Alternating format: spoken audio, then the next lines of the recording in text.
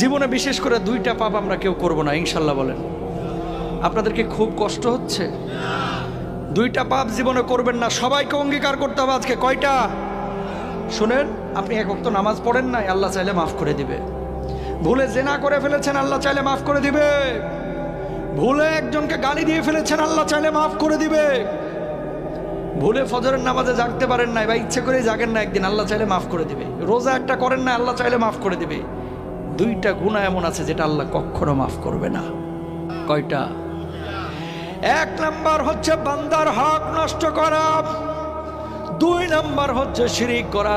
প্রিয় ভাইরা আমার, কলিজার টুকরারা আমার, খবরদার ভাইয়ের সম্পদ হয়ে ভাইয়ের সম্পদ নষ্ট করেন না, ভাই হয়ে ভাইয়ের সম্পদ নষ্ট করেন না, ভাই হয়ে বোনের সম্পদ মেরে দিয়েন না, আরেকজনের হক নষ্ট করে আরেকজনের জমি দখল করেন না।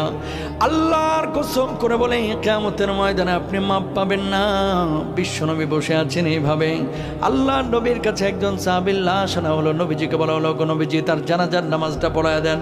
আল্লাহর নবী বললেন, না, তার জানাজার নামাজ আমি পড়াবো না। সাহাবীরা বললেন, নবীজি কেন তার জানাজার নামাজ আপনি পড়াবেন না? রাহমাতুল লিল আলামিন বিশ্বনবী সাল্লাল্লাহু আলাইহি ওয়াসাল্লাম বললেন, ওই ব্যক্তি ছিল ঋণগ্রস্ত, ঋণ পরিশোধ করে নাই, এই কারণে আমি নবী তার জানাজার নামাজ পড়াবো না। বলুন।